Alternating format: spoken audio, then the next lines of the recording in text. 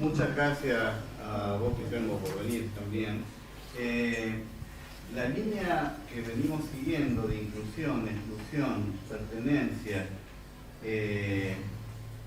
bueno, en la mesa pasada escuchamos a dos artistas plásticas. Hoy vamos a escuchar al doctor Guillermo Dorado. Yo lo iba a leer por acá, pero está aquí. Guillermo Dorado es médico psiquiatra, es profesor titular, magíster en drogodependencias de la Universidad de El Salvador, es magíster en psiconeurofarmacología de la Universidad de Favaloro, es fellow del Colegio Internacional de Neuropsicofarmacología, fue presidente del Colegio Latinoamericano de Neuropsicofarmacología, es miembro fundador del capítulo de Psiquiatría Biológica de la Asociación de Psiquiatras Argentinos y es profesor invitado en las universidades Capitán Heredia de Perú y Universidad San Pablo de La Paz, Bolivia. Y es el director médico de UNIGENS, que es Unidad de Desintoxicación Intensiva.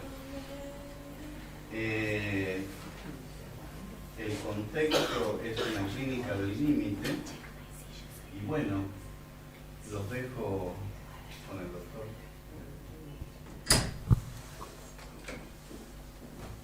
Buenos días, para mí no son buenas tardes, hasta que almuerce, y a lo mejor no almuerzo, así que hasta la noche serán buenos días. La verdad que gracias por la invitación a ambos. Es venir a hablar de clínica. Les decía que vamos a hablar de una clínica, y una clínica que en principio yo la enmarcaría dentro de pacientes graves. Creo que más allá de diferencias que podamos ver en distintos casos clínicos, hablamos de pacientes graves, hablamos de, en principio, algo que para mí es muy importante, y es patologías crónicas. Parece una obviedad, pero las patologías crónicas deben recibir tratamiento crónico. Entonces ahí viene una de las primeras dificultades que a veces esta clínica nos plantea. Un paciente con esta problemática que nos dice, ¿y el alta para cuándo? Y ese es un tema que claramente habrá que discutir. En principio quiero por lo menos plantear una concepción desde dónde entender la adicción. La adicción es un síndrome complejo, involucra impacto en distintos sistemas. Saben ustedes que uno muy importante significa qué ocurre con circuitos cerebrales que tienen que ver con el registro del placer y de lo que llamamos la recompensa. Entonces hay un primer sistema inevitablemente que se va a alterar en la adicción. Junto con esto hay otros sistemas que se ven alterados. Estas estructuras, corteza prefrontal y corteza cingulada anterior, tienen que ver con circuitos que manejan lo que llamamos control cognitivo. Esto también se va a afectar en la adicción. Lo mismo con otras estructuras, corteza órbitofrontal, que tienen que ver con deseo y motivación. Y otro circuito muy importante que tiene que ver con el registro de huellas némicas. Esto es realmente importante, pero lo que sí también les quiero plantear es cómo en este último tiempo empezamos a entender el rol que ocupa el cerebelo en todo esto, casi como si fuera un director de orquesta, modulando todos estos sistemas. Esto significa entender entonces que estos sistemas están interrelacionados, pero cuando una persona, y eso no se hace en un pequeño paso, lleva varios pasos. Eso significa que la adicción necesita necesariamente cierta periodicidad y cronicidad en la utilización de una sustancia o, hoy que ya también lo tenemos claro, en implementación de determinadas conductas. Y esto va generando aprendizaje, va generando cambios. Y esos cambios se reflejan en cómo estos sistemas finalmente, luego de ese proceso, terminan alterando en sus relaciones. Entonces, nosotros vamos a interpretar una clínica de esto, donde producto de cómo estas huellas némicas impactan, hoy es viernes, para una persona con adicción, el viernes a la noche no es un día y una noche cualquiera. La expectativa de que se venga, por ejemplo, el viernes a la noche o el fin de semana significa cuántas de estas estructuras empiezan a generar este deseo urgente, inminente, irrefrenable, que es lo que los ingleses llaman craving. y que es un elemento muy importante en la clínica de la adicción. Hay dos lugares por acá, si quieren, no hace falta esa silla que no sé dónde la vas a poner.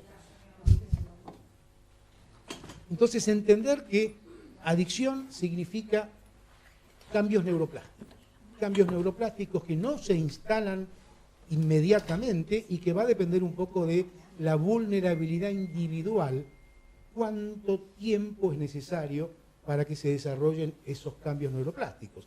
Yo diría que si uno los resumiera, hay tres principales motivos por que una persona empieza a experimentar con sustancias. A veces es una combinación de estos: búsqueda de satisfacción o placer, sentirse diferente o intentar aliviar un desplacer. Esto es básicamente, le diría, las tres razones por las que alguien empieza a decir: ¿por qué empezaste a consumir? Algo de esto. Lo que ocurre entonces, periodicidad y cronicidad mediante, es que empieza a haber una progresiva preocupación por el momento de consumo de las sustancias. Esto lleva a mecanismos que tienen más que ver con esa biología, tolerancia, abstinencia, pero una vez que se empiezan a formar ciertos circuitos de memoria, aparece la pérdida de control. Saben ustedes que uno de los criterios DSM significa definir a la adicción como una práctica donde, a pesar de entender y conocer las consecuencias negativas, la persona no lo puede evitar y lo continúa haciendo. Esto significa también entonces entender cómo manejar una situación donde aparece cierto nivel de automatismo en las conductas, cierto nivel de compulsión en las conductas. Entonces, la adicción es el resultado de cambios neuroplásticos en el sistema nervioso central. Estos cambios, una vez que se instalan, son irreversibles. Por eso es el dilema de cómo definimos la continuidad de un tratamiento. Hay algunas patologías en medicina donde a lo mejor tenemos que aprender. Los oncólogos, salvo alguna cosa muy específica, ellos nos dan un alta.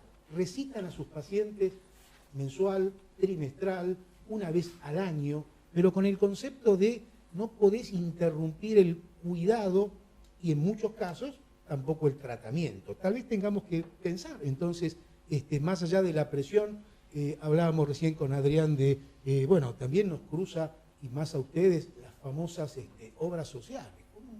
¿Cómo se negocia? ¿Cuánto tiempo? Sigue siendo un año el tiempo en el cual la obra social le trata y le cubre una patología crónica a una persona.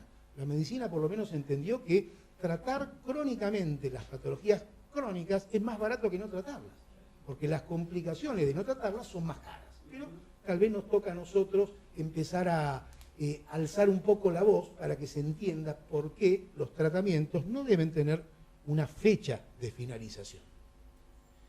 Este es un trabajo muy interesante que hizo esta persona, es la directora del Instituto Nacional de Drogadicción en Estados Unidos. Nora Volkow, a un adicto a la cocaína en una resonancia magnética funcional, le hace ver un video neutro, no pasa nada, pero si esa persona adicta a la cocaína ve un video donde hay consumo explícito de cocaína, se activan y se encienden las mismas áreas que si lo estuviera consumiendo. Esto, la verdad, es una demostración muy categórica de qué es el craving. El craving, en realidad, ese deseo irrefrenable, significa se activaron circuitos que no se pueden modificar, no se pueden refrenar. Inevitablemente, entonces, eso lleva a decir, bueno, hay alteraciones neuroplásticas. Una muy importante significa esta alteración de estructuras frontales que tienen que ver con alteraciones ejecutivas. ¿Qué significa alteraciones ejecutivas? Algún nivel de alteración en cada una de estas funciones. ¿Y qué pasa cuando una persona altera cada una de estas funciones?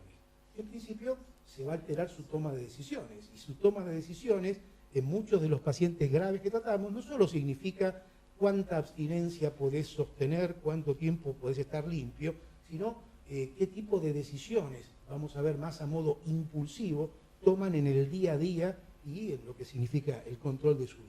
Entonces, cuando se altera esta función frontal, vean ustedes que aparecen una cantidad distinta de características, y esta variabilidad también es algo que vemos en la clínica. Entonces, a veces nos atraviesa. En la clínica de la adicción, ¿qué diagnosticamos?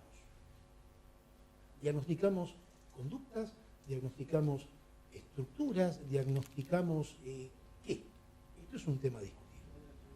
Vean ustedes, por ejemplo, en situaciones neurológicas, donde haya alguna afección traumática, vascular o tumoral, que afecte distintas estructuras corticales, hay una clínica.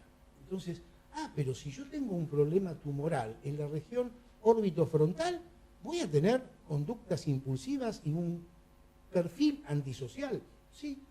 ¿Y esto es una estructura o es simplemente la manifestación sintomática de alteración? Vean ustedes lo mismo con la depresión.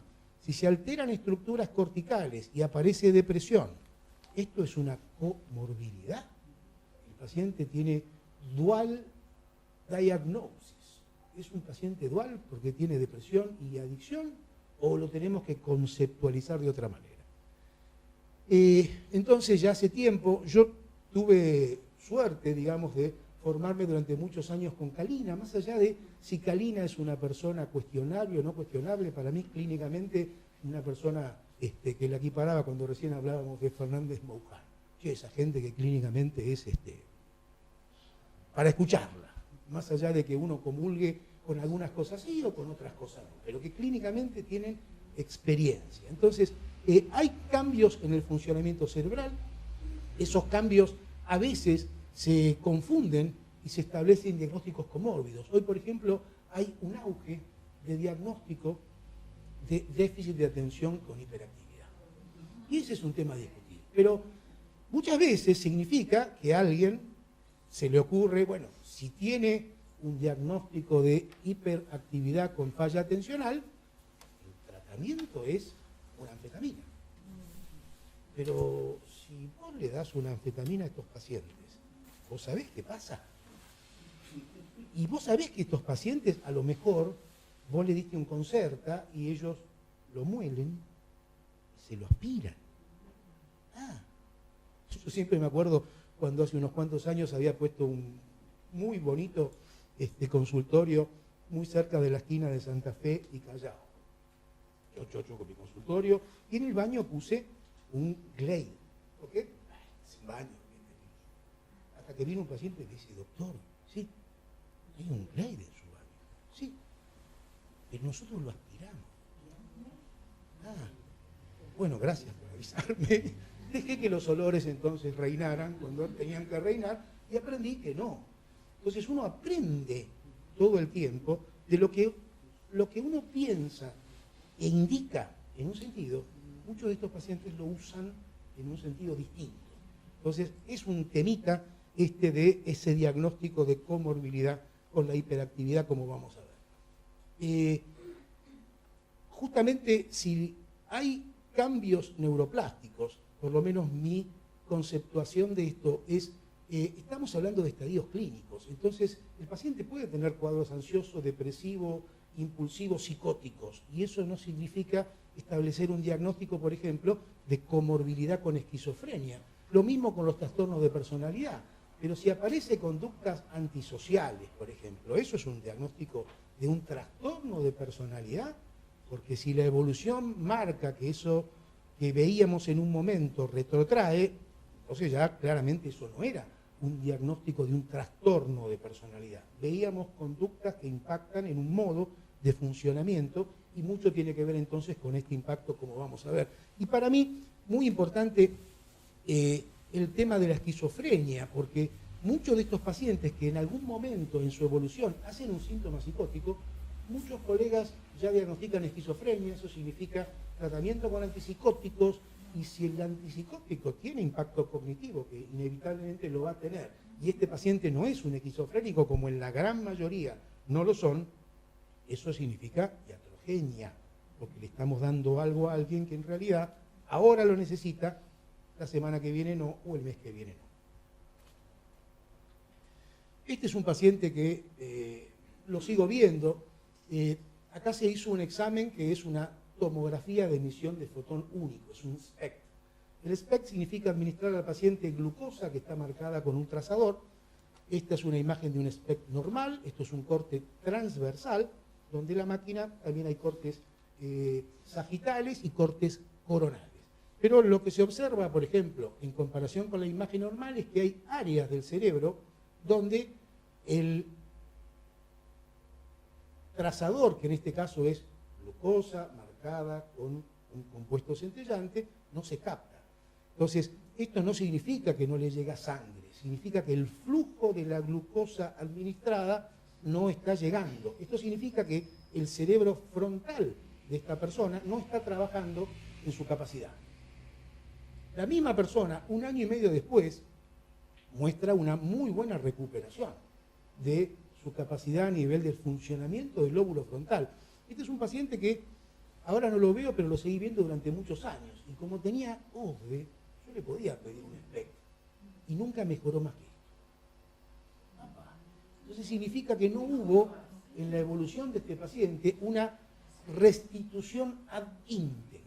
¿Hubo mejoría? Sí. Clínicamente también hubo mejoría, pero esa mejoría quedó detenida a este nivel, donde significa entender una patología crónica y que tiene un impacto crónico. Entonces, un poco este tema que ya les adelantaba, en la actualidad se sigue sosteniendo este concepto, patología dual. Hay una asociación internacional de patología dual, ya tiene su filial en Argentina, hay congresos de patología dual, pero en realidad propongo que la misma fisiopatogenia de la adicción tiene una presentación sintomática y que eso no significa un doble diagnóstico. Y este es un factor muy importante. Una persona que consume una sustancia y tiene periódica y crónicamente oscilaciones del humor, es como que está haciendo una especie de posgrado hacia la bipolaridad.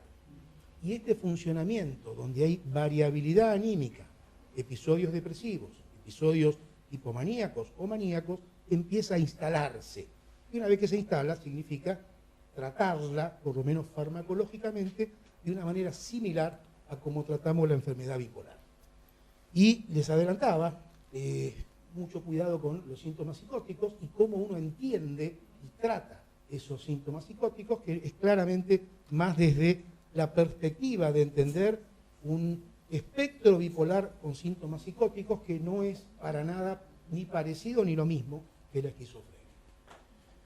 Sí también entender, les adelantaba, que esta alteración de distintos sistemas lleva a que la toma de decisiones se haga más desde lo que es a modo impulsivo.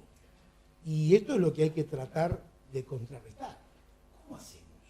Bueno, la medicación bien administrada ayuda, pero es la terapéutica lo que ayuda.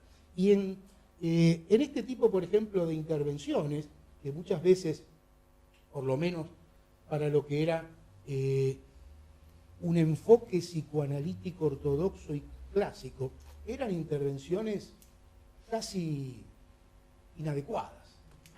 Pero el manejo de contingencia significa anticipación, significa vas a tener el casamiento de tu hermano.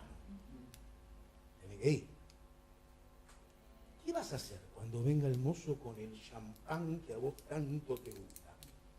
¿Cómo lo vas a manejar en ese momento? Y si vas al baño y alguno de los invitados, vos que tenés un radar, descubrís que hay movimientos raros y que seguramente están consumiendo, ¿cómo vas a enfrentar ese momento y esa situación? Etcétera, etcétera, etcétera. Entonces, lo mismo, todo este tipo de intervenciones apunta a algo en donde por lo menos en las comunidades terapéuticas es casi como el eje del tratamiento, y es un poco poner esta frase en primer plano.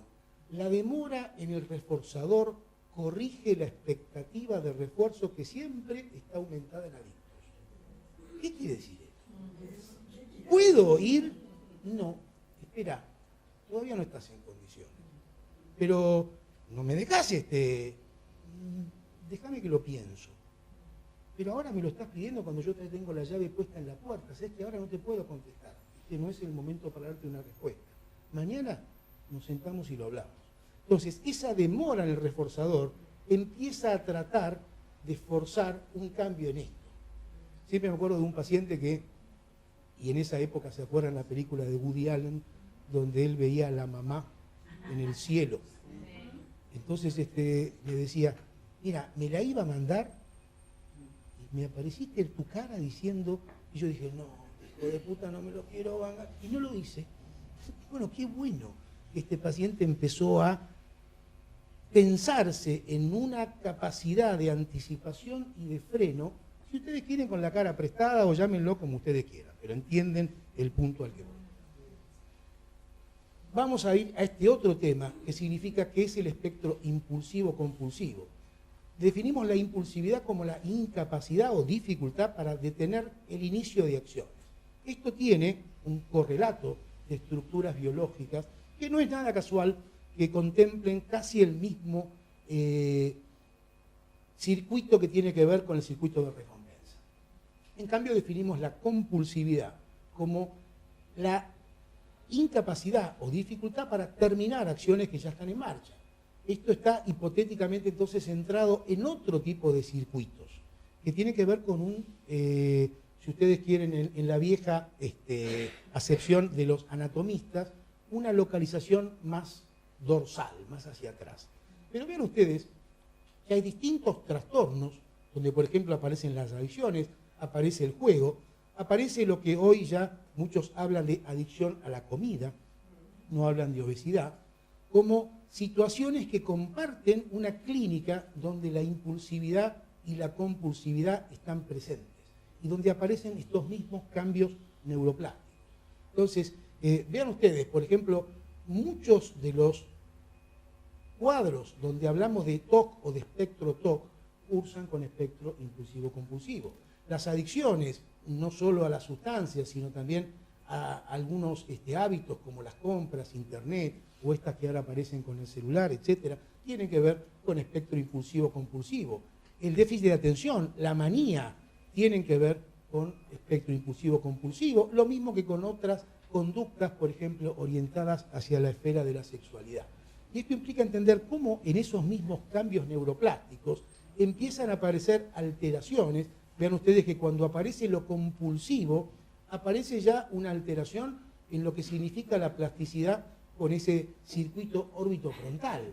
El circuito órbito-frontal, el que tiene que ver con el deseo, también hace, en algún nivel de alteración, que aparezcan conductas impulsivas. Entonces, entender esto nos da tal vez un marco como para entender también por qué, estos son los criterios que cuando salió el DSM-5 tienen que ver con definir el trastorno por uso de sustancias. La verdad que son mejores porque antes de todo esto se hacía una diferencia entre uso, abuso, dependencia, que en verdad era un criterio bastante laxo en cuanto a entender gravedad con todo eso. Y aunque esté esbozado en este punto 4, en realidad lo que tal vez en la versión 1.0, 1.1, 1.3 haya que poner más el acento es en el craving, porque este tema del craving es esencial en la clínica y en el manejo de estos pacientes.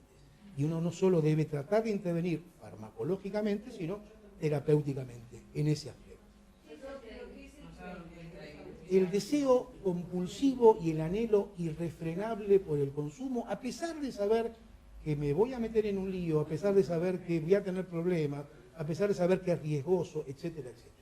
No alcanza con la voluntad para decirle a alguien, échale ganas, como diría un mexicano, que tú puedes. No puede.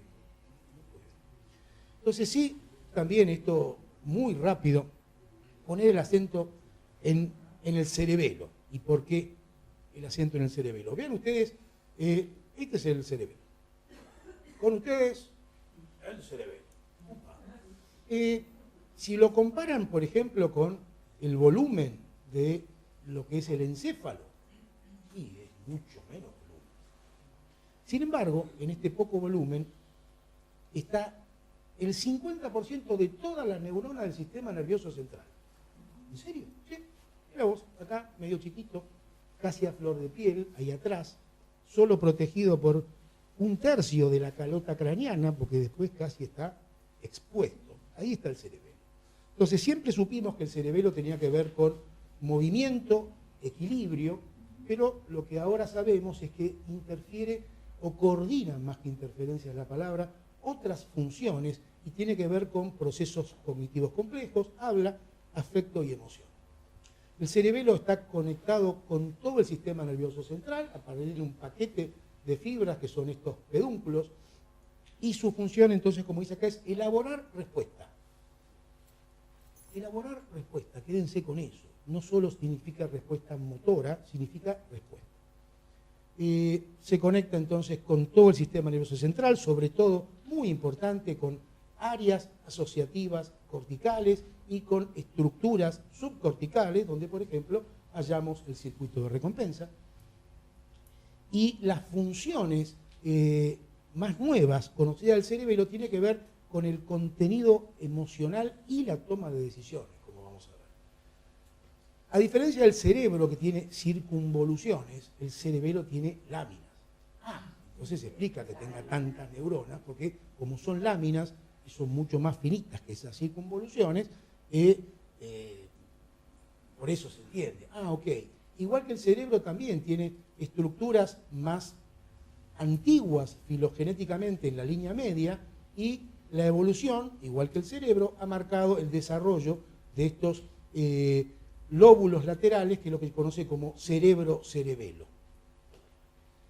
También, igual que el cerebro, además de una cortical, tiene estructuras neuronales subcorticales muy importantes en cuanto a su funcionamiento, también de las más viejitas en línea media hacia las filogenéticamente más nuevas, hacia laterales. Y una estructura muy parecida en cuanto a su organización molecular, donde hay 3 capas en la corteza cerebelosa, una capa molecular. Esto que ven acá, que parecen arbolitos bien frondosas, son lo que se llaman células de Purkinje. Son neuronas, pero tienen características, como vamos a ver, muy interesantes, que explican un poco funcionamiento. Y vean ustedes que se disponen en manera columnar. Y esto es un dato interesante. Una capa, entonces, donde están estos cuerpos neuronales o somas de la célula de Purkinje, y otra capa donde hay capa granular, donde hay otras estructuras neuronales, como vamos por lo menos a tratar de simplificar. El cerebelo recibe 2 inputs o vías aferentes, que son las fibras musgosas y las fibras trepadoras. Entiendan lo que significa el funcionamiento del cerebro como conectividad. Entonces recibe 2 inputs y tiene una única salida o output, que son los axones de esa célula de Purkinje. Eso significa que desde el cerebelo, donde ustedes lo vieron ahí atrás, esos axones de célula Purkinje llegan a conectarse con todo el sistema nervioso central. Lóbulo frontal, médula espinal. Siempre supimos que la alteración del cerebelo por un traumatismo, por un tumor o por un accidente vascular podía generar la famosa ataxia, que era una alteración en el movimiento y el equilibrio, con algunas características. Si se afectaba determinada zona, aparecía entonces, si era por ejemplo en el vermis, una ataxia referida a todos los músculos de la cabeza y que controlan la expresión facial. Pero lo que es interesante es que las mismas causas traumáticas, vasculares o neoplásicas pueden dar esto, lo que se conoce como síndrome cerebeloso cognitivo afectivo, que cursa con alteración ejecutiva, visoespacial, lingüística, perturbación afectiva, desinhibición y psicosis. Este síndrome cerebeloso cognitivo afectivo, si uno diría la ataxia es una dismetría del movimiento, la persona con ataxia tiene movimientos torpes, algunos exagerados y otros disminuidos. Este síndrome cerebeloso cognitivo afectivo viene a ser una dismetría del pensamiento análoga a lo que se veía en la función de la motilidad de la ataxia cerebelosa, donde están estas alteraciones que hablaba recién y donde se expresan, como vamos a ver, en 5 dominios principales. Y ahí es un poco entender la complejidad de la clínica de la adicción. Si en la ataxia había movimientos exagerados y movimientos enlentecidos, la conducta también sigue el mismo curso, conductas excesivas y conductas reducidas, ambas determinando una inadecuada respuesta al entorno, con alteración de la cognición social, entendiendo esto como el set de procesos mentales necesarios para entender, generar y regular la conducta social. Entonces, este síndrome tiene manifestaciones neuropsiquiátricas. Opa, ¿y eso qué significa? significa entender que en esos 5 dominios, no se alteren porque se los agrandé un poquito, porque hay algunas cosas sobre las que quiero poner en cada uno de estos 5 dominios el acento. Vean ustedes, si hablamos del control atencional, subrayo, donde hay conductas exageradas o síntomas positivos, esa hiperactividad. Pero esa hiperactividad, entonces, ¿cómo la entendemos? ¿Es un paciente con trastorno atencional, con hiperactividad? No. Y si lo tratamos con un paciente con ADD o TDAH o como ustedes lo quieran llamar, ahí vamos a estar haciendo una mala intervención. Lo mismo con algunos síntomas negativos de otras áreas. Vean, por ejemplo, acá les subrayo la depresión. Pero entonces, si uno conceptualiza la depresión como un elemento clínico pasible del impacto de estructuras y de la conectividad cerebelosa, no hablamos de una comorbilidad. Pero si ustedes repasan cada uno de los síntomas que van a ver tanto en exagerados como en disminución, van a repasar la clínica de la adicción, una clínica compleja, una clínica donde nos cuesta a veces establecer un diagnóstico como lo podemos hacer en otras patologías. También hablamos de este espectro autista, entendiendo, pero no es un paciente con autismo, es un paciente donde algunas conductas estereotipadas o de autoestimulación remedan lo que vemos en algunos pacientes autistas. Y esto hablamos de automatismo, no estamos hablando de control voluntario. Lo mismo, por ejemplo, con esos síntomas negativos.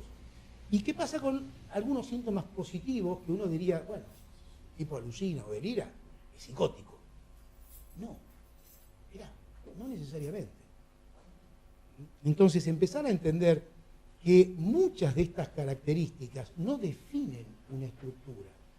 Yo siempre tengo una interesante discusión clínica cuando hablamos de el paciente con rasgos psicopáticos. No tiene empatía. Tiene mucha. La usa mal, la usa distinto. No es un paciente que no tenga empatía, al contrario, tiene un montón. Pero entonces empiezan a entender esos desajustes.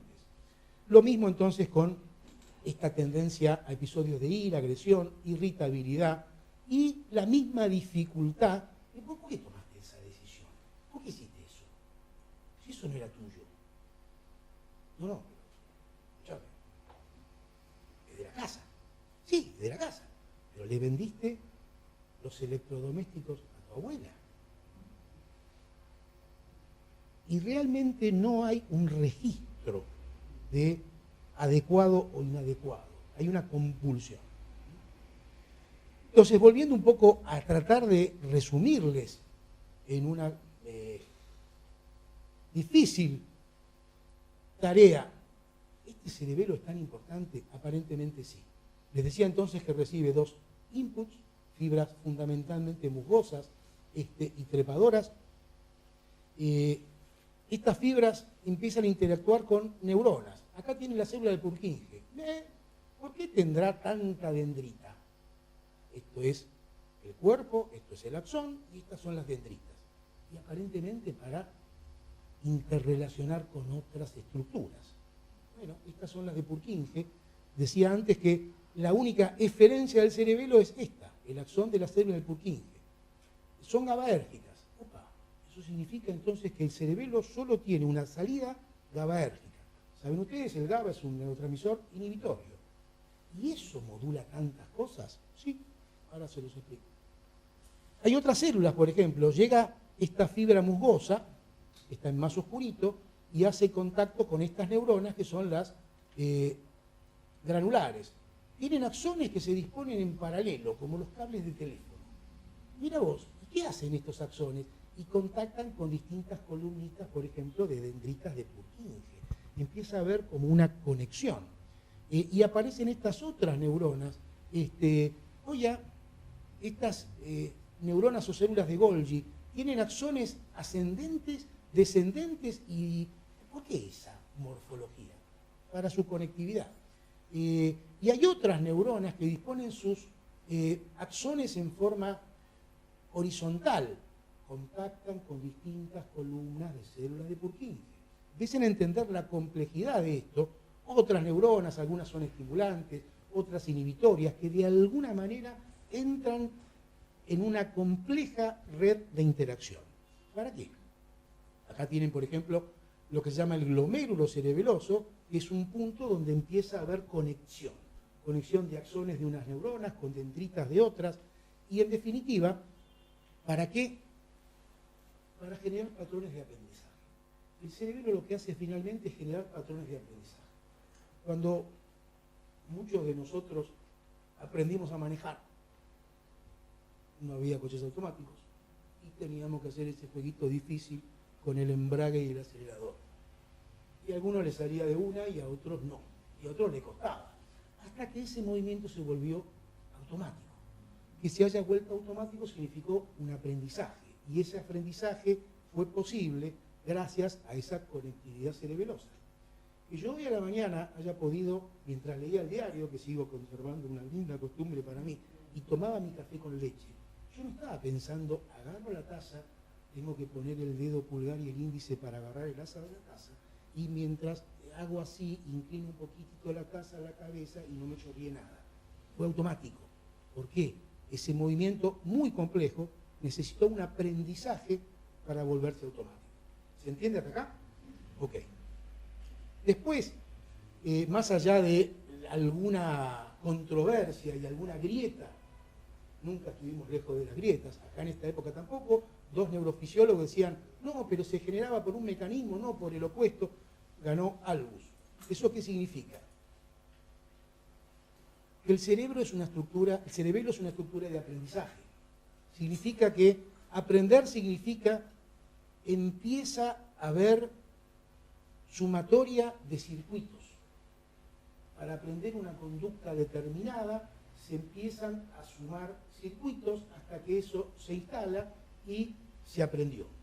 Vale para el movimiento, automatizado por ejemplo, como muchos de los movimientos que podemos hacer, vale para las conductas, vale para los síntomas. Entonces acá llega Fantino y diría, pará. Vos estás diciendo que un síntoma es un aprendizaje de una conducta disruptiva. Sí.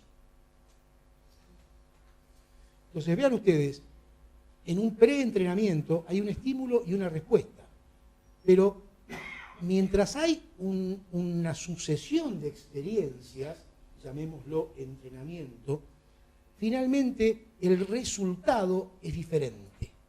¿Qué significa que frente a un estímulo que es el mismo, finalmente el resultado sea diferente? Que se pusieron en marcha determinados circuitos que modificaron la capacidad de respuesta.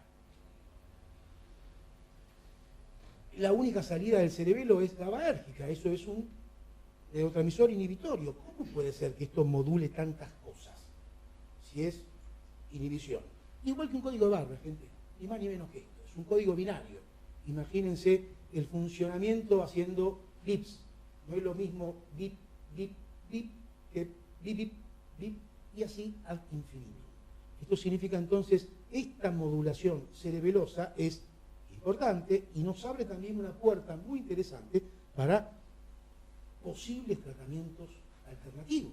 Entonces, por ejemplo, hoy saben ustedes que la estimulación magnética transcranial es un método alternativo validado por la FDA, por ejemplo, para el tratamiento de la depresión. Eso significa un aparato donde se pone un electrodo a nivel frontal y prefrontal, tratando de llegar con ese bombardeo de resonancia magnética hasta estructuras que se supone son las estructuras involucradas y que uno desea corregir. Los equipos son más baratos o más caros de acuerdo a cuán profundo desarrollan ese bombardeo. Porque hay que llegar, por ejemplo, hacia estructuras subcorticales. ¿Y qué pasa si el electrodo, en vez de ponerlo acá, lo ponen en la nuca, que el cerebelo lo tenemos tan a flor de piel? Ya hay un par de personas que lo están intentando probar. Y es eficaz. Con lo cual también llevará a la demostración de qué pasa con el cerebelo. Opa, vamos a agregar algo. La expresión del sistema endocannabinoide es máxima a nivel cerebeloso. Por algo están. Los pacientes que utilizan marihuana tienen un impacto en estructuras y en receptores del sistema endocannabinoide.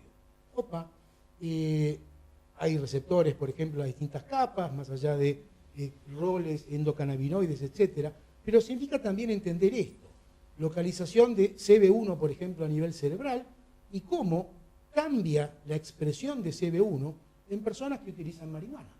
Eso significa que una persona que utiliza marihuana tiene cambios en la expresión y en la funcionalidad de su sistema endocannabinoide, por ejemplo, a partir de esos cambios. Vean ustedes esta imagen y compárenla con esta. Opa, algo ahí pasó. Estos receptores CB1 se expresan menos y funcionan menos. Y ahí llegamos a nuestra clínica. ¿Qué hacemos con estos pacientes?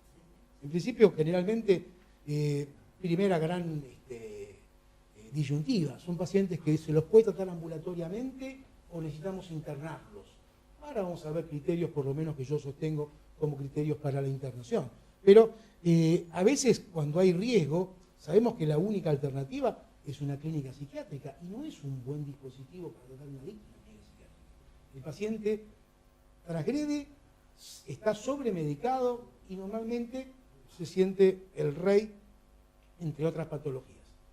Utilidad clínica para ese paciente estar 30 días en una clínica psiquiátrica y en el mejor de los casos no consumió nada. Digo el mejor de los casos porque ninguna clínica psiquiátrica está preparada para el control de que toda la gente que entra y sale no le lleve nada. Y eso pasa.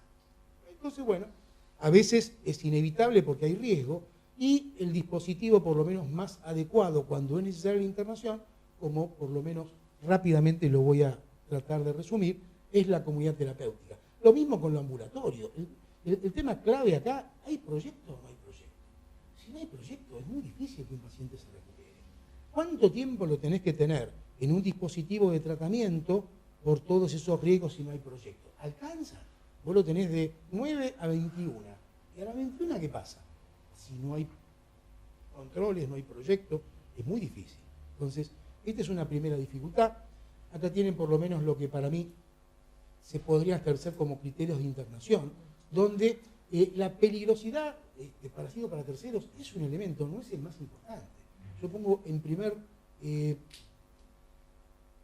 primer punto, sostener o no sostener la abstinencia. Entiendan que no sostener la abstinencia y continuar en la conducta de consumo significa que esos cambios neuroplásticos continúan y se agravan. Antes consumía heroína, ahora consume marihuana. Igual.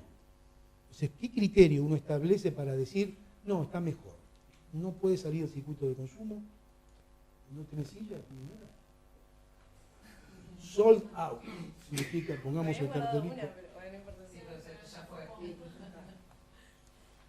Y muchas veces vemos más de 3 de todos estos. Ok, la verdad que con estos criterios el paciente se tiene que internar. ¿Y cuánto tiempo tiene que estar internado? No hay un tiempo cronológico. En realidad es tener por lo menos una buena respuesta y un avance en cada uno de estos puntos. Remisión y control de las conductas adictivas, proyectos personales, realmente no dibujados, no, che, para salir tengo que poner un proyecto. Toma, voy a ser astronauta. No, con ese proyecto no. Reposicionamiento en relaciones interpersonales, reinserción y recreación de la red social y familiar, reinserción laboral y educativa. Ven ustedes, todo un trabajo necesario para lograr que un paciente entonces, después de un tiempo de internación, se pueda sostener en forma ambulatoria. Ahí es donde entonces, resumidamente, les planteo el modelo de una comunidad terapéutica. Saben ustedes que los hemos ido adaptando. Este modelo viene de afuera, con 2 grandes modelos, uno italiano, uno norteamericano, pero más allá de un conductismo a veces extremo en algunos de estos modelos, se ha tenido que ir profesionalizando con el curso de los años. Hoy exigen por lo menos que haya un director médico. Lo que pasa es que muchas comunidades por ahora tienen chapa de este es el director médico y ese no corta ni pincha. Entonces hay que ver un poco cuál es el trabajo. Pero donde subrayo lo importante, lo difícil que significa el trabajo en equipo. A mí me encanta esta imagen.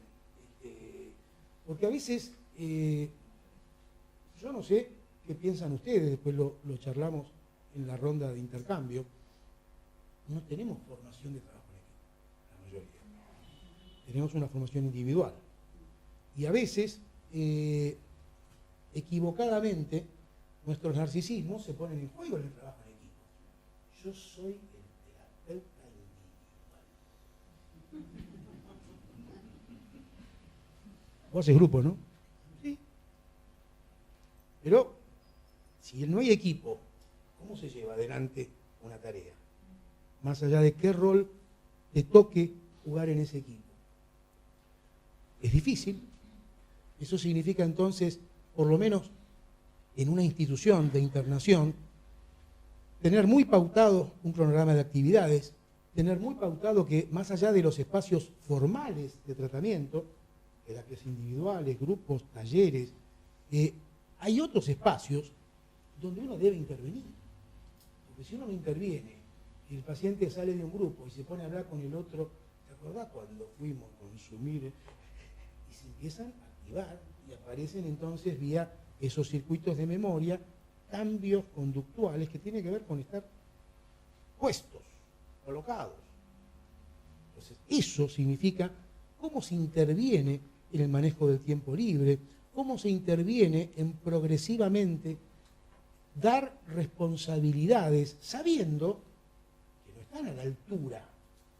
Y piensen ustedes, por ejemplo, que si uno corta el circuito del consumo y el paciente se interna, lo primero que aparece es la comida.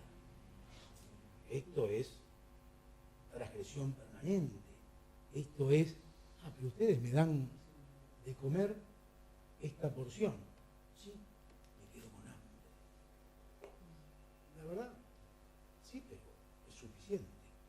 Y vienen las discusiones, y vienen alianzas, y vienen las transgresiones, todas las cosas en las que uno tiene que trabajar. Lo mismo cuando le damos alguna función de alguien que tiene más tiempo de tratamiento y debe acompañar a un recién ingresado. Vas a funcionar como hermano mayor. Ok. Y vamos a monitorear y a evaluar si podés estar a la altura de esa responsabilidad o no. Lo mismo con encargado de áreas, de casa o lo que sea. Y entender muchas veces que en esta interacción aparecen alteraciones, aparecen alianzas, aparecen vínculos en los que uno debe intervenir. No solo porque aparezca el famosísimo enamoramiento del paciente que está internado. El paciente que se enamora de otro paciente significa que no se trata más. Ya tiene otra cosa en la cabeza y que está todo el tiempo pensando, especulando y ya no se puede tratar. Son situaciones en las que uno debe intervenir. Y a veces, bueno, si las incomunicaciones estas no funcionan, porque los tenemos todo el tiempo transgrediendo la incomunicación, a pesar de consecuencias que inevitablemente va a tener, que estás incomunicado, pero te comunicaste, perdiste tu salida, perdiste tus llamadas, perdiste tu privilegio, el que sea, no alcanza, a veces hemos tenido que derivar a alguna de esas personas porque ese vínculo ya no podía revertirse. Vean ustedes, por ejemplo, el rol que para mí tiene la medicación en todo esto. Primero, vean ustedes que la medicación entraría en este pilar, donde hablamos de tratamiento farmacológico, también hablamos de evaluaciones necesarias. Una evaluación neurocognitiva en un paciente adicto es absolutamente necesaria, porque uno no puede elaborar una estrategia. El paciente quiere retomar la facultad. Ok, ¿está en condiciones de retomar la facultad o no? El impacto cognitivo significa, vas a retomar la facultad, no vas a lograrlo, te la vas a poner, te vas a frustrar y vas a armarte la recaída porque mirá, ¿qué otra cosa iba a hacer? Lo mal que me fue y no pude aprobar ningún examen. Entonces entiendan que esa evaluación es necesaria, más allá de que estamos todavía, y eso es una deuda pendiente de la psiquiatría en general, no tenemos marcadores biológicos como hay en otras especialidades. Un cardiólogo mide una enzima y te dice, estás en riesgo de infarto, vení para acá, sí, hay que ponerte el stent, porque nosotros no tenemos eso. Lo vamos a tener, porque ya hay muchos trabajos que hablan de ¿Qué pasa, por ejemplo, con algunos marcadores tisulares? Vendrá, todavía no. Pero vean que los otros pilares son el abordaje individual, el abordaje grupal y el abordaje familiar. Yo le preguntaba a Adrián, ¿acá qué tienen? Y tenemos este y este. Ah, ¿y estos no los tienen? A veces el familiar sí, pero el grupal no. ¿Y por qué no?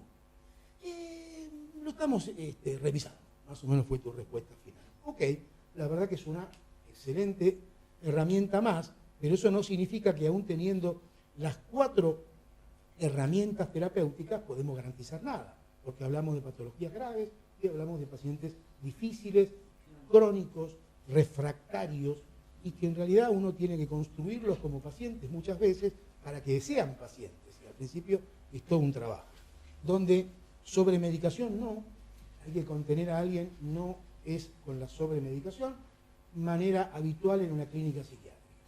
Estoy ansioso, estoy con miedo a romper todo, estoy irritable, y le van tirando como en el juego del sapo, fármacos, fármacos, fármacos, sedativos. Y el paciente adicto tiene un agrado por los efectos sedativos de los fármacos. Busca, es como estar colocado con algo que, bueno, es lo que hay acá, me conformo con que me den más benzodiazepina, me den más clonazepam, o me den más incluso antipsicóticos. Evitar que entonces la contención sea mediante ese recurso farmacológico y, por supuesto, el tratamiento del estadio en cuestión o de cómo uno conceptualice ese problema, espectro bipolar, por ejemplo. Para cerrar, en la actualidad se sostiene el concepto de patología dual en adicciones, donde coexisten 2 o más trastornos en eje 1 y 2. Proponemos que la fisiopatogenia de la adicción conlleva al desarrollo de síntomas de la serie ansiosa, afectiva y psicótica que se presentan como estadios evolutivos. Proponemos que la adicción actúa como factor epigenético para el desarrollo de espectro bipolar. El riesgo de etiquetamientos diagnósticos lleva a sostener tratamientos farmacológicos que se sostienen innecesariamente en el tiempo, con riesgos de efectos iatrogénicos, fundamentalmente, como le dije, la esquizofrenia. Y con ustedes acá, Adrián Taylor. Estás en la foto, che. Acá cierro esta parte y nos quedamos entonces intercambiando y discutiendo. Bueno, preguntas, comentarios. Saco esta foto porque... Por favor. Sí. Así salís en la grabación. Bueno, mi pregunta es ¿cómo hace el diagnóstico diferencial de patología dual versus esta sintomatología, no recuerdo bien cómo lo llamaba, eso, versus los estadios?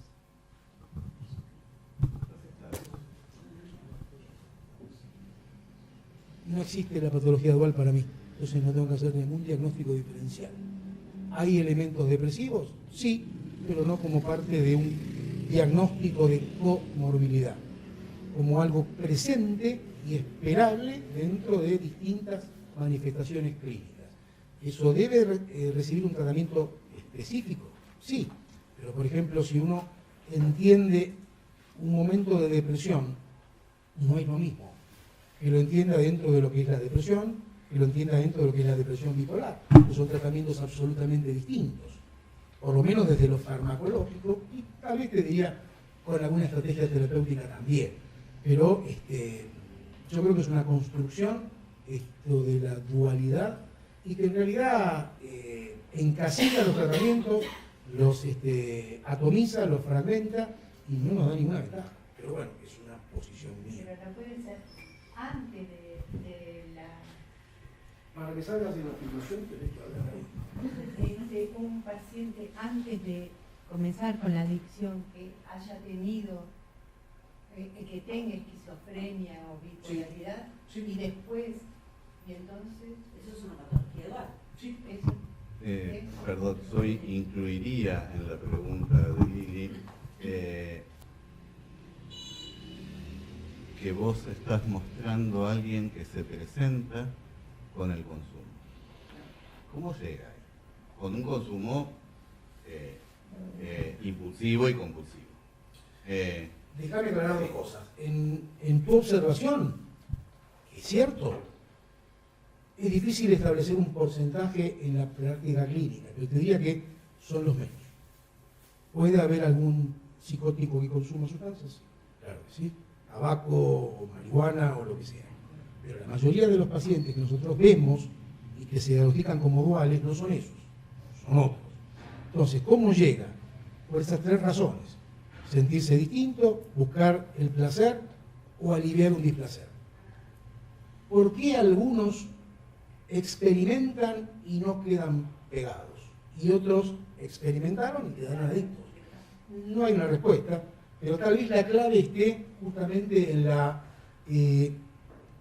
capacidad, por ejemplo, de ese circuito de recompensa. La hipótesis es, sí sabemos, por ejemplo, que un adicto, cambios neuroplásticos mediante, tiene una menor expresión de receptores de la familia D2 a nivel del núcleo accumbens. Esto es una realidad, no tenemos, porque nadie les hizo imágenes para ver receptores antes de la adicción, no lo tenemos. Pero la hipótesis es, ¿sos alguien que puede activar su circuito de recompensa por vías naturales o estás un poco rengo en ese sentido?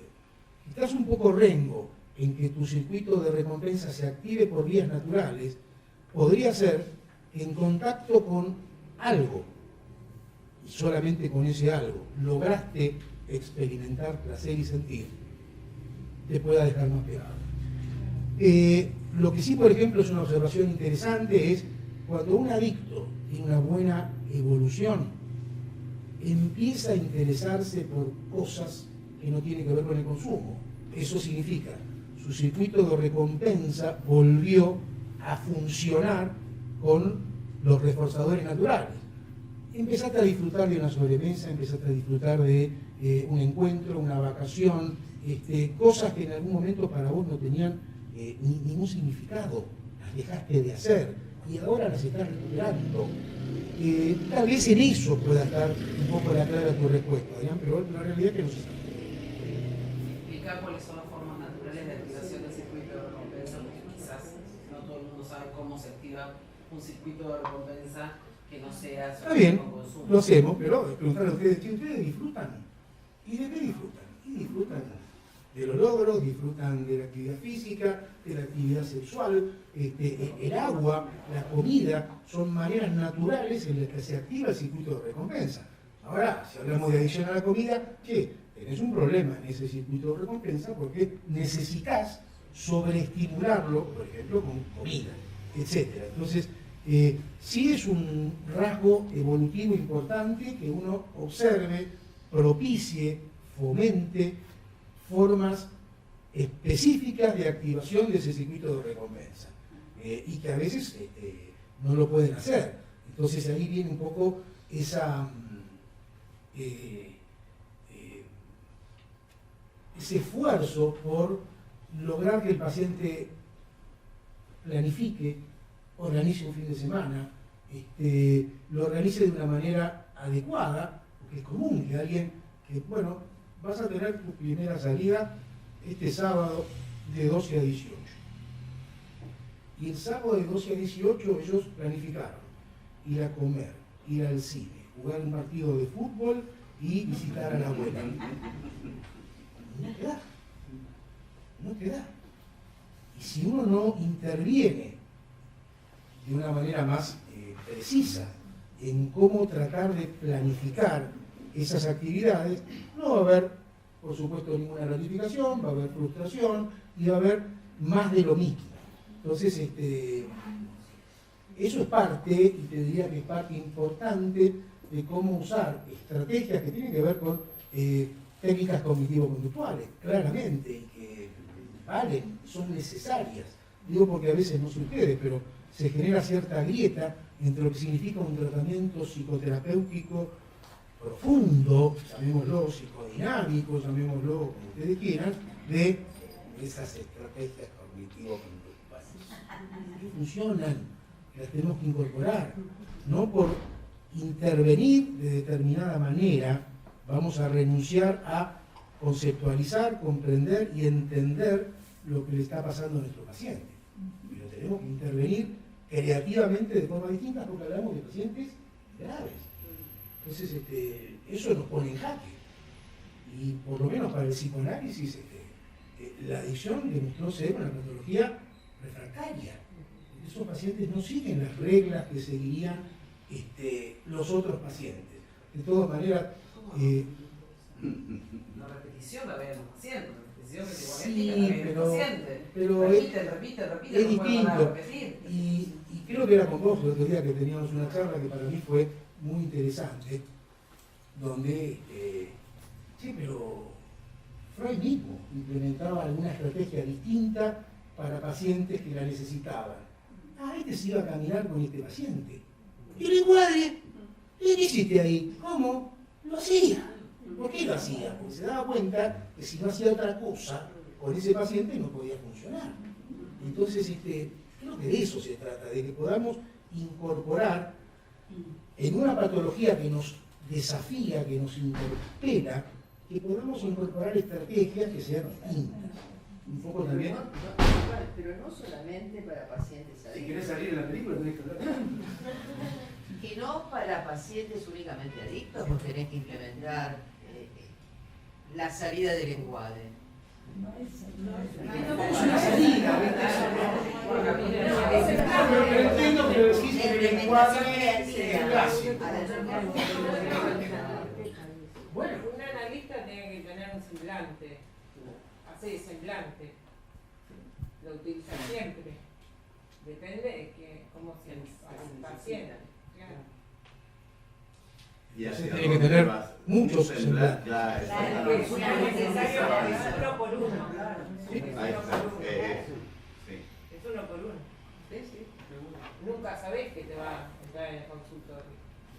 Hay pacientes que el silencio los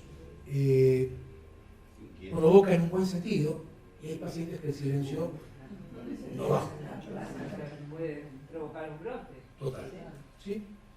Y la otra cuestión es que en nuestra institución, en nuestro equipo, no tenemos el dispositivo grupal, pero sí insistimos que los pacientes vayan, por ejemplo, a las reuniones de DNA.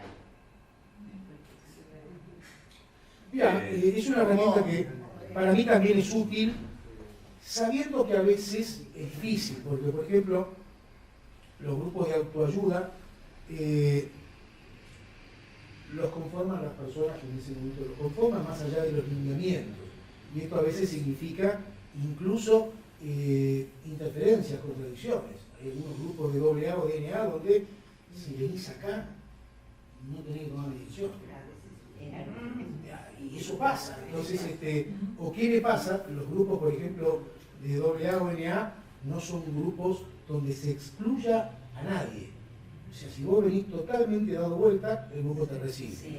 ¿Y qué te pasa a vos cuando ves a él que llegó dado vuelta? ¿Cómo lo manejás? ¿Y por qué? Después del grupo justo te fuiste con este a caminar. Entonces nos plantea muchas dificultades. La señora quería. Pasen por favor a el fondo. Adelante. Así no te hacemos venir a vos. Hola. A ver, yo me quedé pensando en esto del circuito de recompensa y cuando vos empezaste a hablar de poder que la persona se conecte con otras cosas, ¿sí? Y pensaba en esto de las comunidades religiosas, en todos estos centros, comunidades de recuperación que tienen un tinte religioso.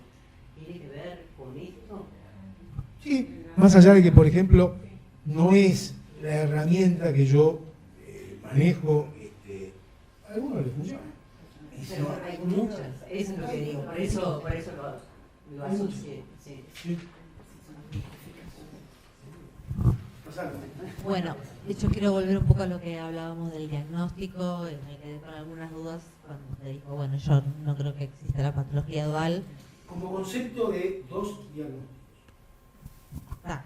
O sea que los diagnósticos de psicosis desencadenada por consumo de sustancias, depresión desencadenada por consumo de sustancias, trastorno bipolar desencadenado por consumo de sustancias, ¿existen o no para usted? Sí, sí.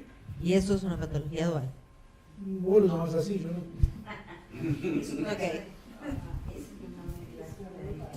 A ver, lo que tratamos es, de lo que vemos en la clínica nosotros, es mucho espectro que, si le queremos poner un nombre, vamos a encontrar un montón de patologías, ¿sí? O sea, si vamos a hablar de trastorno de ansiedad, o sea, si yo le quiero poner trastorno de ansiedad generalizada a alguien, lo voy a encontrar en un montón de patologías.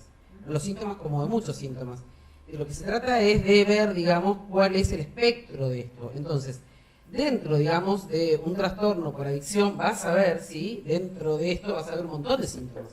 Vas a ver síntomas psicóticos, vas a ver síntomas depresivos, vas a ver síntomas hipomaníacos, ¿sí? Generalmente, ¿sí? La bipolaridad tiene que ver quizás con lo que dice Guillermo, ¿no? Con esto de activar este circuito y de estas ya conductas aprendidas, ¿no? Lo que se ve es mucho, o sea, vemos trastorno de alimentación, nos decimos, aquí hay un trastorno de alimentación.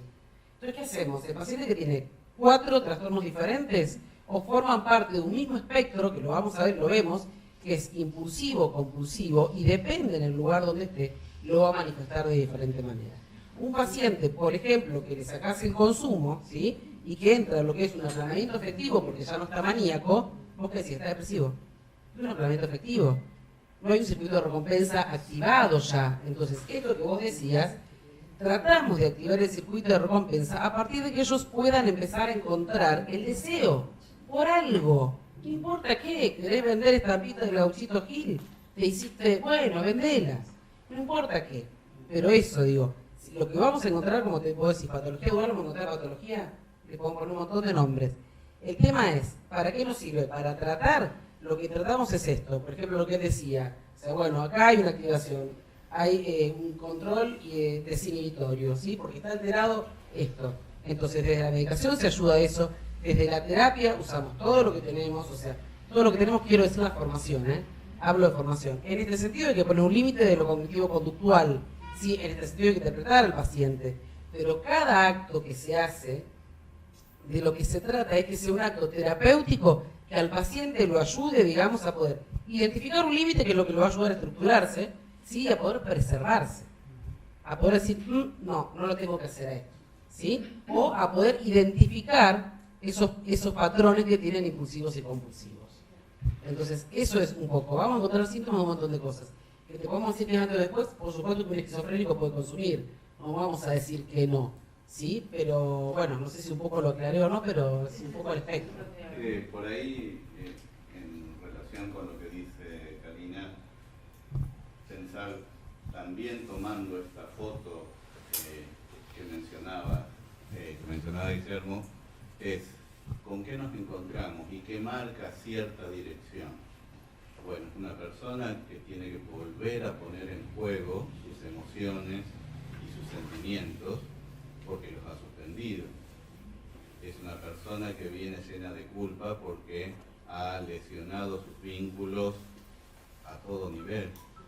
Entonces, y esa culpa le va a servir para consumir más, no le va a servir como motor de algo. Y hay una serie de pequeñas cosas que, independientemente del abordaje, pues yo pensaría, bueno, también es un paciente que en definitiva, tanto sus instancias psíquicas, que son las que, cuando vos decías no sabemos, yo pensaba, bueno, a veces desde otros cuadros, desde otros cuerpos de conocimiento, sí se dice, bueno, ¿qué tengo? Tengo una persona que, yo lo voy a decir muy en criollo, porque no me quiero meter en teorías específicas, le falta un golpe de horno. A las instancias psíquicas que le van a permitir mover poner en juego sus recursos de una manera efectiva. Entonces se queda con este recurso de satisfacción inmediata que le resulta en el consumo. Ahora, esos recursos o están inhibidos o nunca crecieron. Entonces mi trabajo va a estar orientado a que pueda ponerlos en juego, y ahí sí me voy a meter, por ahí no tanto con la interpretación, pero sí con la construcción en psicoanálisis que le permita ver algo de... El otro día yo escuchaba y pensaba que a veces uno se olvida algunas cosas. El deseo del obsesivo es ante el otro, es para el otro. Ajá. ¿Y qué hace con el que no es para el otro? ahí es que entre un simbólico que de otra manera no le permite otra cosa. No es que no los tenga, no los pone en juego, están inhibidos. Y hay veces que directamente no han podido desarrollarse. Ahora, todo eso no es incompatible con esto, porque en definitiva es poner en juego cosas que permitan recursos de la persona. Totalmente. Y por ahí, Adrián, también entender que cuando les planteo las manifestaciones neuropsiquiátricas del síndrome cerebeloso cognitivo afectivo, lo que estoy por lo menos intentando mostrar es si algunos de esos síntomas tienen que ver con un aprendizaje. Nos queda un poco entonces también la hipótesis de que nuestras intervenciones terapéuticas intentan un nuevo aprendizaje que corrija las alteraciones que nosotros vemos como síntomas. Totalmente. De hecho, uno se encuentra con una persona normalmente que, por ejemplo, no puede historizar. Que vos le preguntás, ¿y cuándo pasó tal cosa? No sabe, no se acuerda, ¿no? Y a veces el mero trabajo de historizar, de permitirle a la persona construir un fantasma, construir una historia, bueno, no estaba. Y ahí se lleva puestas, en el mejor sentido, recursos que de otra manera no aparecían. No, por eso no quiero que suene pedante, patología dual, no. Entiendo que puede sonar, pero te lo explico de esta forma, no como entidades diagnósticas separadas. El problema, digamos, si uno lo quiere llamar así, bueno, nos podemos poner de acuerdo, pero entendiendo que no son entidades diagnósticas separadas, que es un proceso que se manifiesta de esa forma. Y donde los casos en los que preexistían determinados síntomas al comienzo de la adicción son los menores en la clínica que nosotros vemos. ¿Podía haber ansiedad? Sí, la verdad que muchos alcohólicos llegan a su alcoholismo por mecanismos de ansiedad, porque no pueden enfrentar una situación, porque no pueden ir a la reunión, a la fiesta o a donde sea, y usan el alcohol como un fármaco. El problema es que no es un fármaco, eso va generando cambios neuroplásticos, y una vez que se generaron, ya tenés la adicción, en ese caso el alcohol. Pero no son entidades separadas. O sea, podía preexistir una ansiedad, y lo que te vas a encontrar cuando se desarrolló la adicción es una ansiedad distinta, donde tenés el craving, donde tenés ya otras manifestaciones de cómo esos cambios neuroplásticos influyeron en la evolución de esa persona. Entonces, la verdad que el tema es muy complejo y es muy difícil, y no creo que nadie tenga la recetita, la posta, la precisa. La verdad que en la medida que intercambiamos, me parece que existe la posibilidad de que nos cuestionemos en nuestra práctica clínica, punto. Si generé algo de cuestionamiento hoy, yo me voy pipón, como decía mi abuela. Significa que por lo menos plantear ese enfoque suma, sirve. Después, por supuesto, cada uno lo toma, lo interpreta, lo conceptualiza, lo teoriza, pero intento con esto decir, bueno, no lo pensemos como cosas separadas, no lo pensemos como cosas estancas, no es que se curó la depresión y la adicción se curó y uno sigue, no, porque es un proceso. O sea, no sé si el paciente adicto de repente presenta una depresión muy intensa, no se medica solo como depresivo, no. Yo evaluaría en ese caso la posibilidad de la depresión bipolar. Entonces, si uno como profesional no tiene esto en la cabeza, es posible que el tratamiento antidepresivo genere un switch hipomaníaco. O que genere un estado inadecuado. No es que el paciente mejoró, este remedio lo puso mal, le generó inquietud, le generó... Cuando concretamente vos le das un antidepresivo a un paciente y le genera disforia, inquietud, ya lo pensaría, che, ojo, evaluaron la posibilidad de bipolaridad en ese paciente porque no es la respuesta habitual en una persona con depresión. Con depresión bipolar, sí. referías a los adictos, hablaste de una suspensión de sus emociones. Y yo lo que creo es que un adicto es una persona en carne viva, todo el tiempo. Y que tiene sus emociones no suspendidas, sino están todo el tiempo. No puede manejarlas. No puede hacer nada con ellas, o tal vez esas mismas emociones son las que lo llevan a consumir, ¿sí? Porque no puedo con lo que siento, muchas veces el comentario. Mira, lo comparto y me hice acordar en una época, hace unos cuantos años, tuvimos una población en tratamiento en internación donde todos, y era sorprendente, habían tenido situaciones de abuso infantil. Y ahí es donde decís, opa, ¿qué casualidad? Uno debe tratar de buscar específicamente en estos pacientes situaciones traumáticas infantiles de abuso, o las que sea, y yo creo que sí, ¿entendés? Porque evidentemente también tenemos que pensar que la adicción aparece en una persona como consecuencia de algo. ¿Qué es ese algo?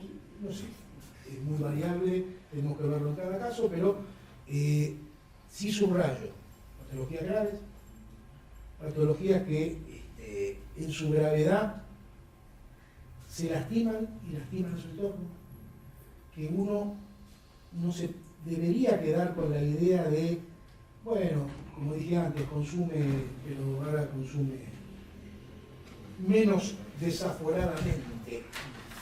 Sigue tomando malas decisiones, sigue lastimándose y consecuencia lastimando al otro.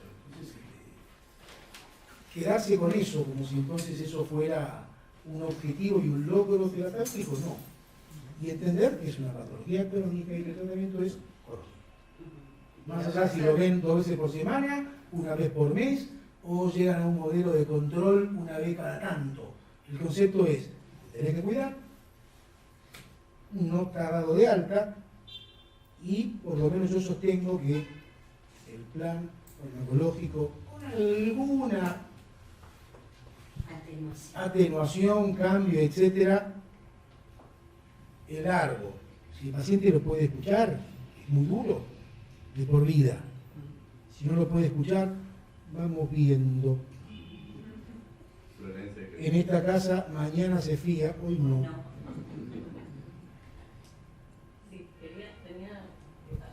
Tenía como una pregunta respecto de si hay estudios de los efectos a nivel cerebral de los psicofármacos, ¿no? O sea, también esa parte, no como una crítica, sino de curiosidad. Y lo otro que escuchaba es que pareciera que son pacientes que llegan colocados y que ustedes los colocan en otros lugares, ¿no? Que hay como todo un trabajo, ¿no? De construir, ¿no? Un vínculo, un lugar, ¿no? Una nueva manera de vincularse, de manejarse, ¿no? Casi como una red, ¿no? Como una reestructuración, digamos, en el mejor de los casos, ¿no? Mirá, patologías graves, uno intenta, a veces lo logra, a veces no lo logra.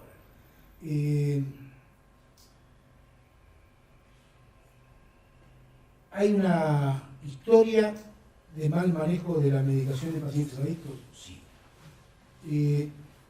¿Cuánto daño? Nadie va a estudiar eso porque a nadie le conviene. Entonces, estudios de eso no hay. Pero sí entender que se puede hacer tanta mala praxis desde la medicación como desde la psicoterapia individual, grupal o familiar. Entonces, y lamentablemente, muchas veces se minimiza el grado de capacitación, expertise y terapia propia que debería tener un profesional para ocuparse de terapia familiar, terapias escolares o grupos. Entonces, el grupo de autoayuda es una herramienta, pero es un grupo de autoayuda. Yo no confiaría. Ahora, hay situaciones en las que, ok, lo único que se puede hacer es lo menos malo. No diría que es bueno, pero es lo menos malo. Vamos por ahí. Pero, más el complemento del tratamiento ambulatorio, ¿no? pero a veces van en direcciones tan opuestas que termina siendo... Hemos tenido la suerte que en estos grupos nos avalan como tratamiento ambulatorio. Sí, y a veces es suerte y a veces es saber a dónde mandar.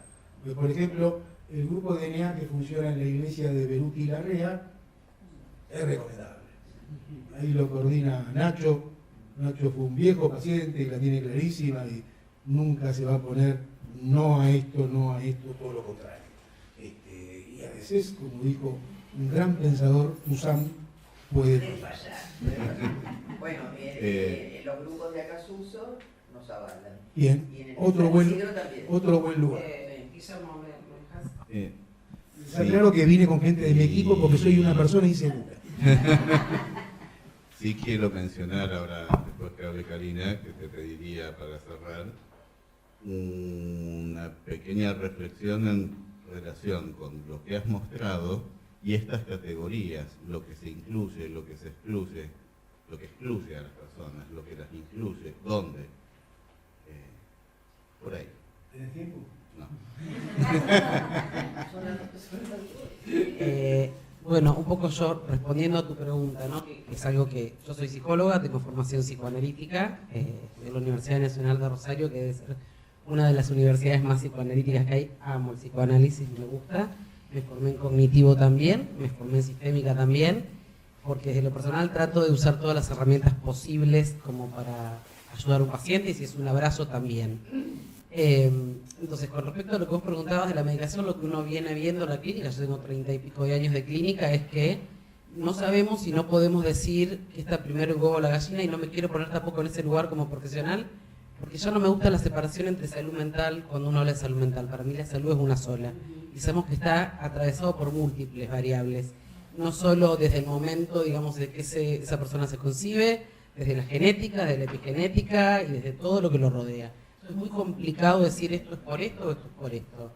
Pero sí, cuando vos preguntás de la medicación, como decía Guillermo, nosotros usamos mucha medicación, como él habló del GABA, que es inhibitorio, o sea, digamos, sabemos que el cerebro se maneja con electricidad, sabemos que hay sustancias que son más nocivas, como un cortisol alto, si en un nivel 3, sabemos que hay sustancias como histamina alta, que solamente sirve para determinadas funciones, todos los neurotransmisores, todo lo que tenemos en el cuerpo, hormonas y todo en su buen funcionamiento está bien, y cuando empiezan a funcionar mal, sea por la patología que sea, no. Entonces lo que trata la medicación de hacer, que sí es muy beneficioso, es de ayudar en esto. O sea, si vos estás dando algo que sea proinhibitorio, lo que está ayudando es, digamos, a que el glutamato, por ejemplo, que es un neurotransmisor excitatorio, ¿sí?, a nivel cerebral, se baje. Entonces, no solo eso, sino que estás ayudando a que no haya más deterioro cognitivo. Porque es un neurotransmisor que en exceso, como el cortisol, genera deterioro cognitivo. Entonces, a eso se ayuda y eso es lo que se equilibra. Por lo menos la postura nuestra no es, digamos, esta de un psiquiátrico de, bueno, callate, no tengas síntomas, porque los síntomas hablan, tenemos que escucharlos, ¿sí? Por eso nosotros no tenemos pacientes ni babeando ni dormidos, queremos que hables, porque ahí mismo la adicción es la imposibilidad de hablar, sienten un montón, no saben qué hacer, no lo pueden poner en palabras, lo ponen en síntomas, entonces ahí es donde tenemos que estar. Bueno, nada, un poco eso.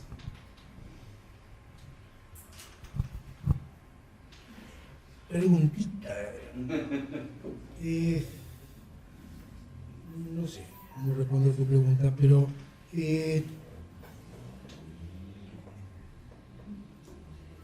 recién mientras escuchaba tu pregunta y la intervención de Karina, me venía a la cabeza que la psiquiatría hoy tiene a la esketamina y a la psilocibina como agentes farmacoterapéuticos. No es por ahí, muchachos, no es por ahí, pero la psiquiatría va por ahí. Todavía tenemos muchos colegas que minimizan y hasta fomentan la utilización de la marihuana. No es por ahí, no es por ahí. Hay un investigador español, Jorge Manzanares, que demuestra, por ejemplo, hoy, en los animales de experimentación con los que él trabaja, que la utilización de cannabis en madres embarazadas genera mecanismos de toxicidad cerebral en los neonatos, igual que el síndrome alcohólico fetal, pero peor. Che, y el combo este de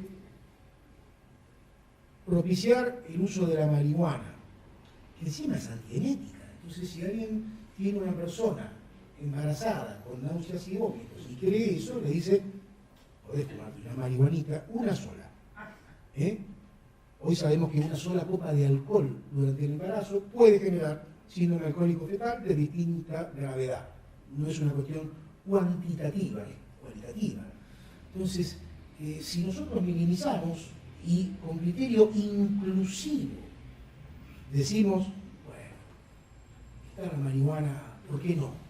Eso no es inclusión, eso es peligroso, eso es otra cosa. En nombre de la inclusión estamos torpemente yendo por un camino que tal vez nos va a demostrar de acá a 15 años o 20 años qué pasó con estos nenitos, hijos de estas mujeres embarazadas que equivocadamente recibían una recomendación, sí, podés fumar marihuana, hecha por profesionales. Y veremos. Bueno, por eso te digo, a veces necesitamos ese cachetazo de la realidad para decir, bueno, no era por ahí. Nada, no es fácil, porque hay muchísimos intereses y otras cosas que juegan en todo esto, pero por lo menos no seamos ingenuos.